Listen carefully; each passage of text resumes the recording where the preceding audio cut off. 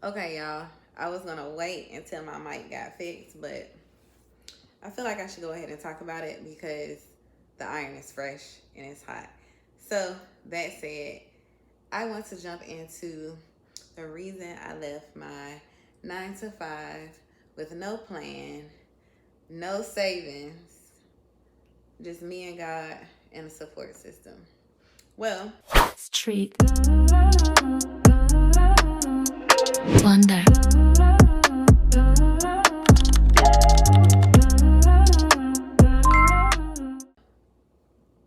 for context, I moved here as a full-time entrepreneur from Charlotte, North Carolina, and a lot of people were asking me why did I do that, because Charlotte is booming and all the things. But I was there when it wasn't, and I always knew that I wanted to live in the DMV. So here I am, and honestly, I went back and forth whether this was where I was supposed to be, did I move prematurely, was it in God's will, all these different questions that I found myself asking. And the moral of the story is I am right where I'm supposed to be. It took time and God's will, but through it all, I'm here. Now, February of 2023, okay, I moved here in 2022. So February of 2023, I moved with my friend and was pretty much like in terms of transitioning here, I was ready to go. And I wanted a space of my own and other things like anybody. So as a result, I was working hard to get out of there and get a job and get, my own footing up here in the DMV. And finally, yeah, and finally, was able to land a job. Well, this job hit me with the okie doke. I thought it was going to be about marketing. It was not. I just really had different ideas of where I was going with the organization in terms of it literally not being the type of organization me being who I am would even join. But there was a interviewer. She was a black female who asked me an amazing question. My first interview, and it just really stuck with me, and it kind of made me feel like I was in the right place. For one, seeing people that looked like me, who weren't oblivious to the way this particular organization is seen in the eyes of black people, etc. And it was just really cool to, I don't know, be greeted with someone who I felt like was real.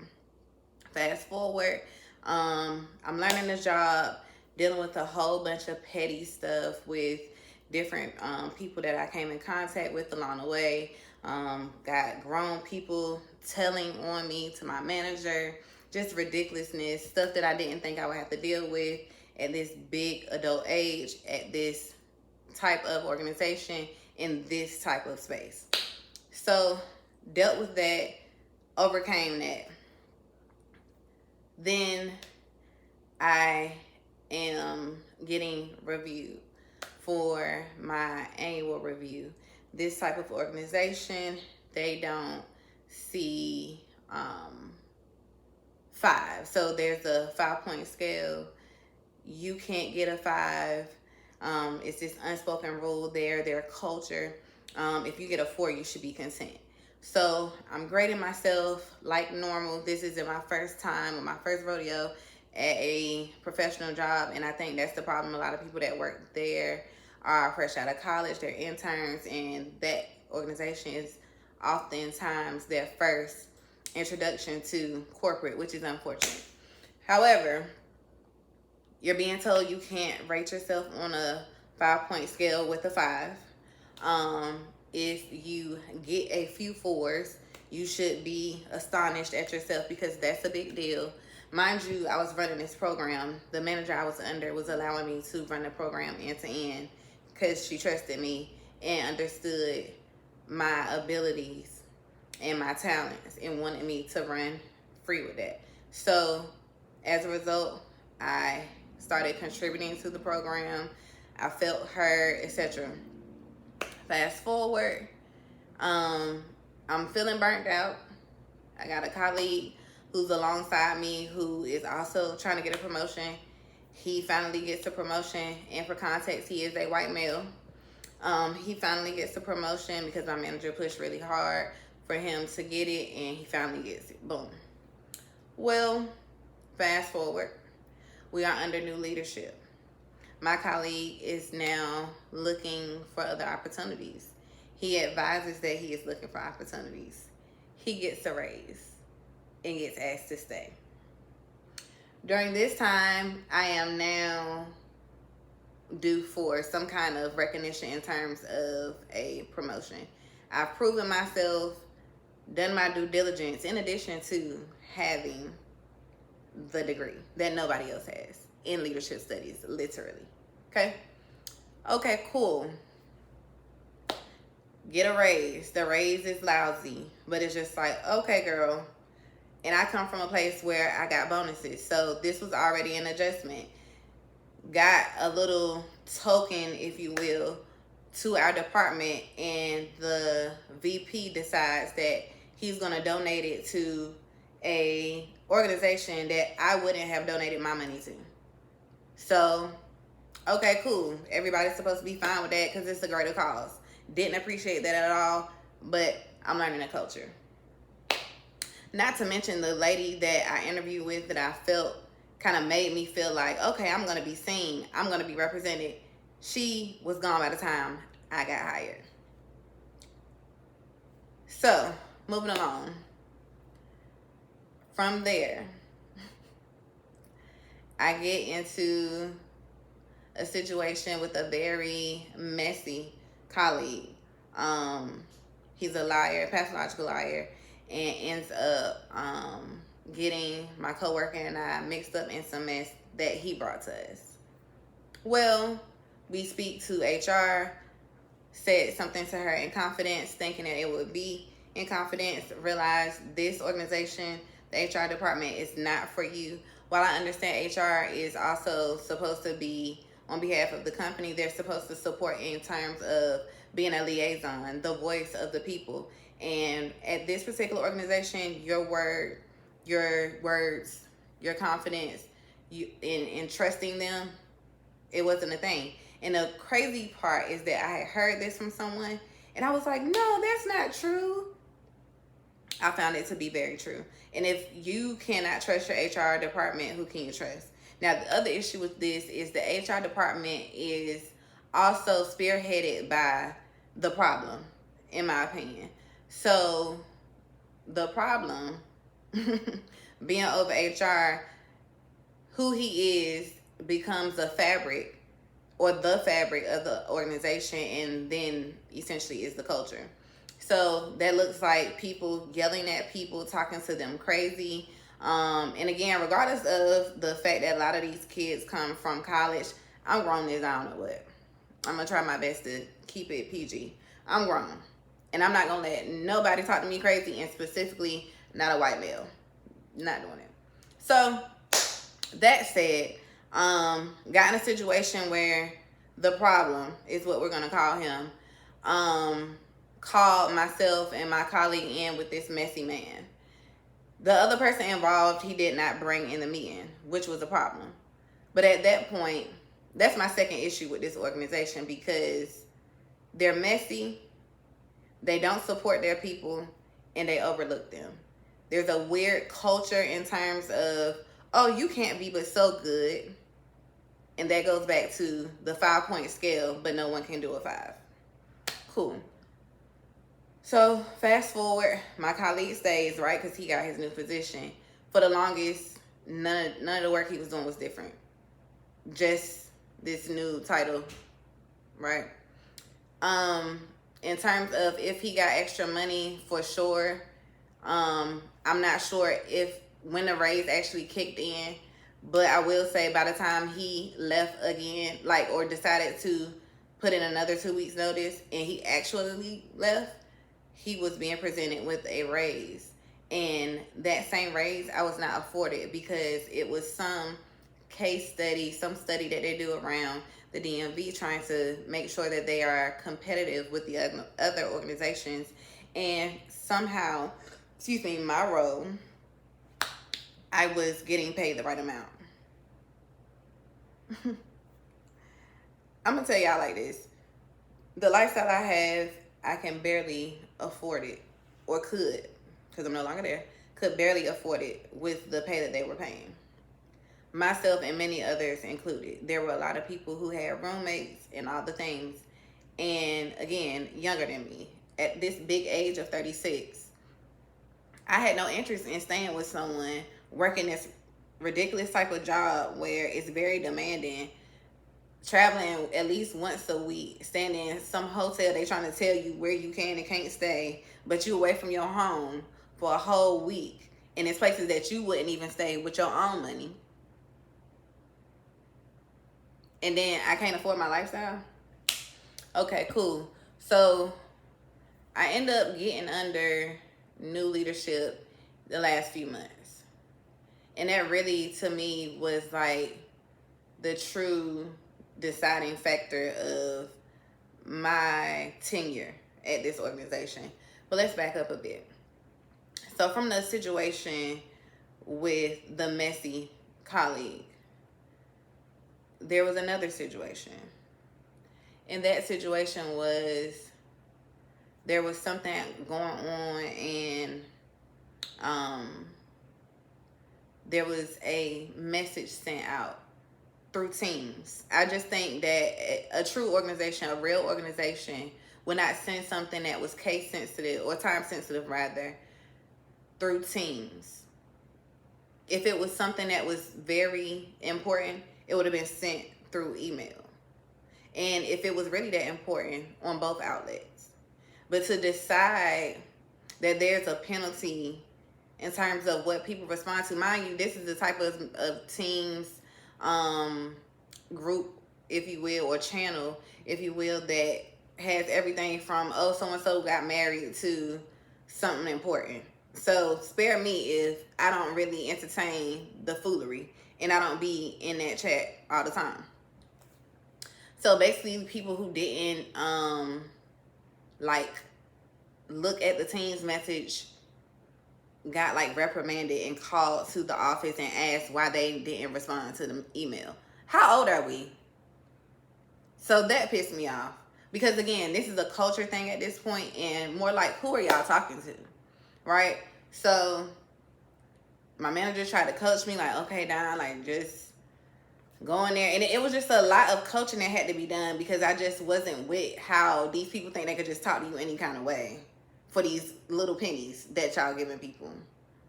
So move from that.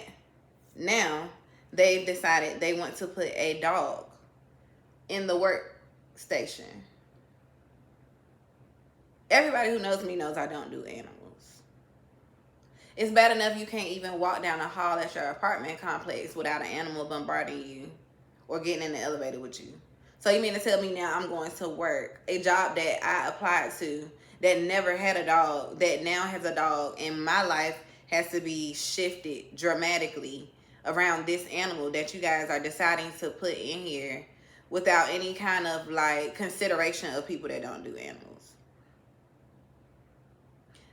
That was really it for me, because when I was trying to get my seat moved to the dog free zone, the problem was super rude, disrespectful, condescending, even went as far as asking me some dumb question like, what would I do if I was at Home Depot? And I'm sitting here, it's with no true context, so I'm looking at him like, what about Home Depot? Because might I add, I don't go with Home Depot. So to ask somebody like me some dumb question like that. So I said, what about Home Depot? And he was like, you know, like if someone has a dog. I said, well, if someone has a dog in Home Depot, I'm just going to go to the other aisle. I just thought that was a dumb question. And it goes back to like just the stupidity and the pettiness of the organization. Like, why would you ask somebody, like, if we're talking about a true fear that someone has of animals that don't belong in the workplace. And I even have friends who own dogs who did not want that dog. But people don't speak out at their job. People don't vocalize the problems that they have And so it ends up just being a select few or somebody like me who just says something and then they seem ridiculous because they always say something. So that happened in February, and at that point I was already talking to God, praying, asking him for a way of escape. I did not have a job. I had been applying like crazy, but I took my 401k out. I knew that I was ready to get the F up out of there. Took my 401k out. And because, like I said, I couldn't afford to just do my regular day-to-day stuff and work this job that annoys the crap out of me, I had to do the 401k, or in this case 403b, because it's a nonprofit. It literally has gotten me to July, which is the month we're in now. It didn't stretch that long, but this is where I am in terms of the trash pay and the benefits of that organization. And what I came to terms with is the money had no kind of weight compared to my mental. I was going to work stomach hurting, literally nauseated, using a lot of my PTO. Like the new director that I had was asking my manager like, "Hey, what's going on with Diamond? Like she's using a lot of PTO." Ho, don't worry about what I'm using. It's my benefits. Why are you in my business? Like, I just thought that was odd. Because I want to. Because it's my PTO. So, nonetheless, like, I was basically trying my best not to be up in there. And when I traveled, it wasn't like being away from work. And I know a lot of people, when they heard, like, oh, you don't like the job. No, I hated that job. And it wasn't even the actual, like, concept of my work.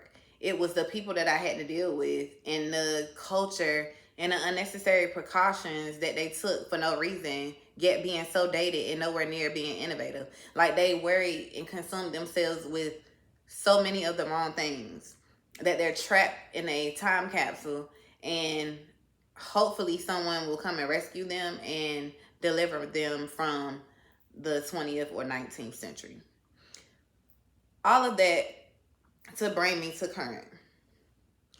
I traveled to a place in Canada. It was very boring. It was the day, like literally Juneteenth celebrated Saturday, Sunday. I'm on a flight to Canada. Again, very boring.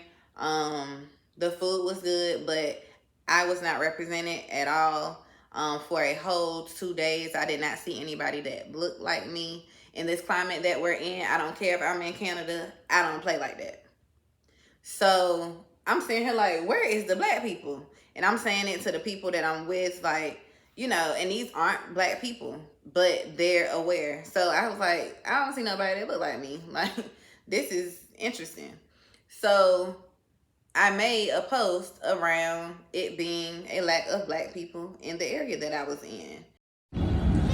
I've been out here people watching, because in my mind, I'm just like, what am I supposed to do here till Saturday? What am I supposed to do? That area is supposed to be like the downtown area. No sun out, and look at this.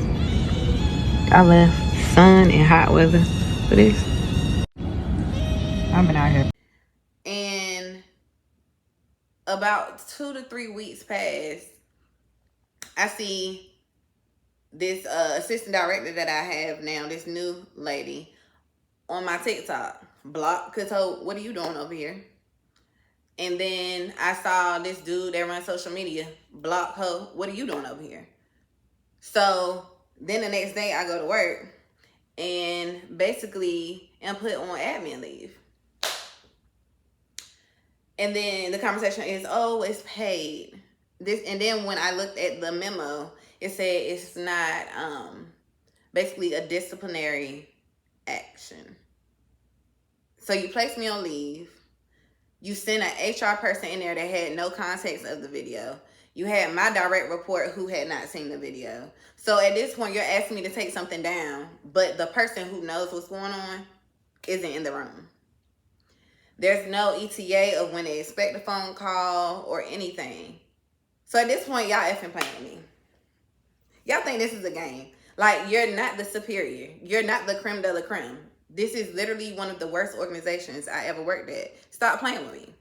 So in my time of reflecting, I've literally got nothing out of this organization, but stress, regret, because I often think about this job that I had lined up, that I had an interview 3 days into my employment at my employer that I just left, and I chose to stay where I just left because my direct report was cool. I'm thinking like, oh, I'm doing women's leadership. This is literally aligned with who I am and what I want to do and what I've always wanted to do. My brand as a person, like my literal personal brand. I'm just like, okay, yeah, excited. Only to know, or who knew rather, that I would be shut down in terms of my ideas, and things of that nature a month after. I can only say I left that situation feeling the exact same way that I felt about these group of people prior to becoming a part of this world. I've left feeling the same exact way that I felt before. Entitled, male chauvinist, authoritative, micromanagers, racist, naive, privileged. And essentially, what my last straw was you essentially trying to silence me as a Black woman because I'm experiencing a lack of representation where I am. It doesn't matter how the Canadians feel. What about me as your employee? The person that you send faithfully on the road? How about a check-in? How about asking me, how often do I feel like that?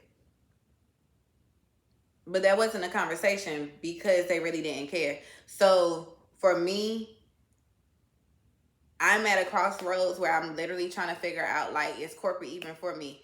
Naturally, it has been hard though with working a job that you hate. I was going to therapy, and the constant conversation was how much I hated that job, how I wanted to get out, how I was applying, how I hadn't heard from anyone. That was the conversation. So, okay, if this is what we're going to do. Yeah. I went into that office and I wasn't even angry. My manager was very upset, and I think because they caught her off guard.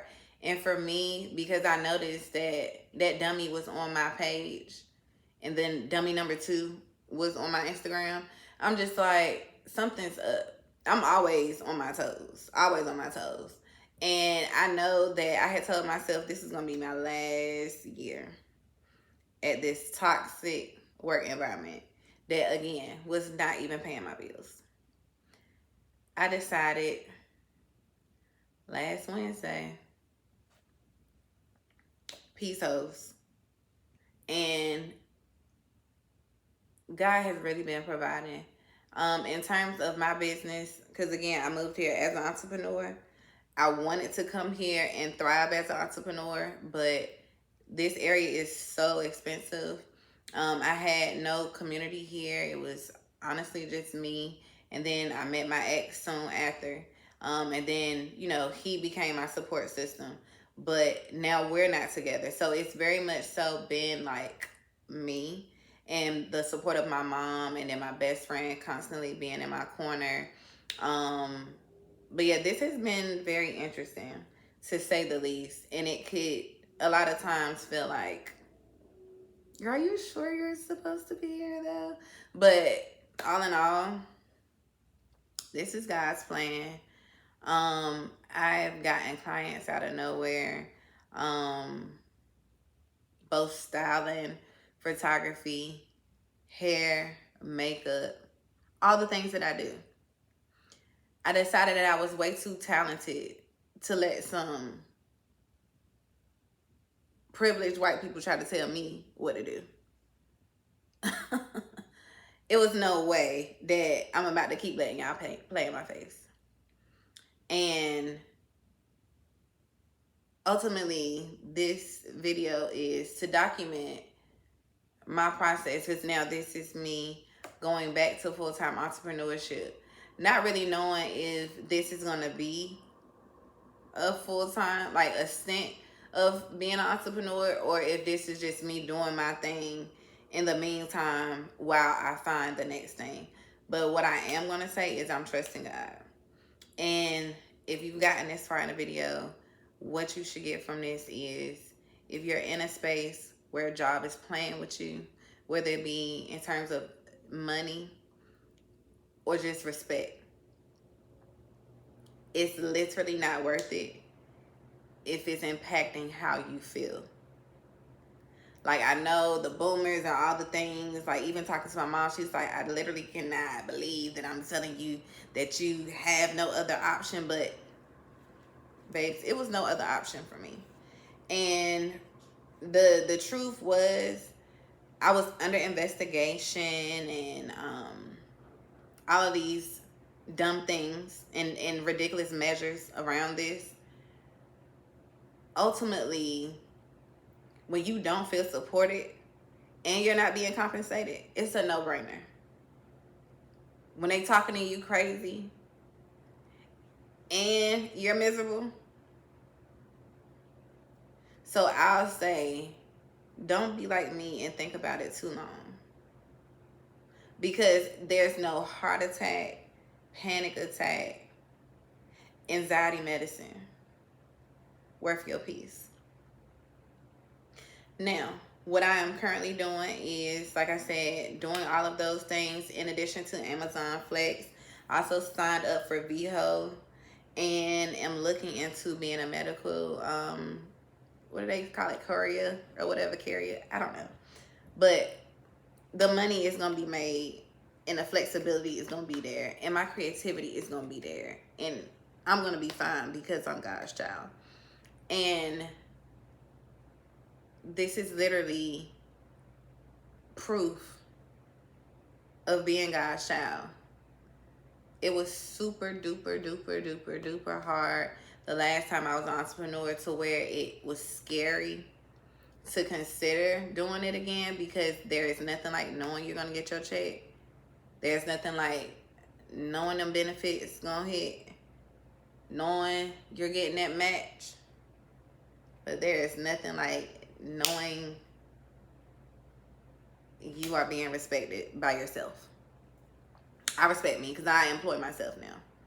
Like, I don't have to drag getting out of bed because I set my schedule. Does take a lot of self-motivation. Does take a lot of discipline. Does take a very, very supportive network. Does take work-life balance, meaning, yeah, the hustle, but you gotta work some other stuff in there, even if that's taking a beat and coloring, like just something. Because when you're an entrepreneur, the scrolling on social media becomes work. Just everything, everything just becomes like the loop of entrepreneurship now. Because if you're an entrepreneur, you're essentially a creator, and then you're essentially an influencer, and then blah, blah, blah. So my challenge for myself to get outside, get some vitamin D. I'm not necessarily on that, like, working out 3 times a week. Like, I haven't gotten there yet. Because this is literally my first full week as an entrepreneur. Last week, I was employed up until Wednesday. So first week, so that's why I decided to kick off the week, starting this video, sharing with somebody. You can do it. Don't let them keep playing with you. And let me know in the comments if you have a similar story. Because I know I'm not just, the only one out here by myself. Remember, choose you. It's worth it.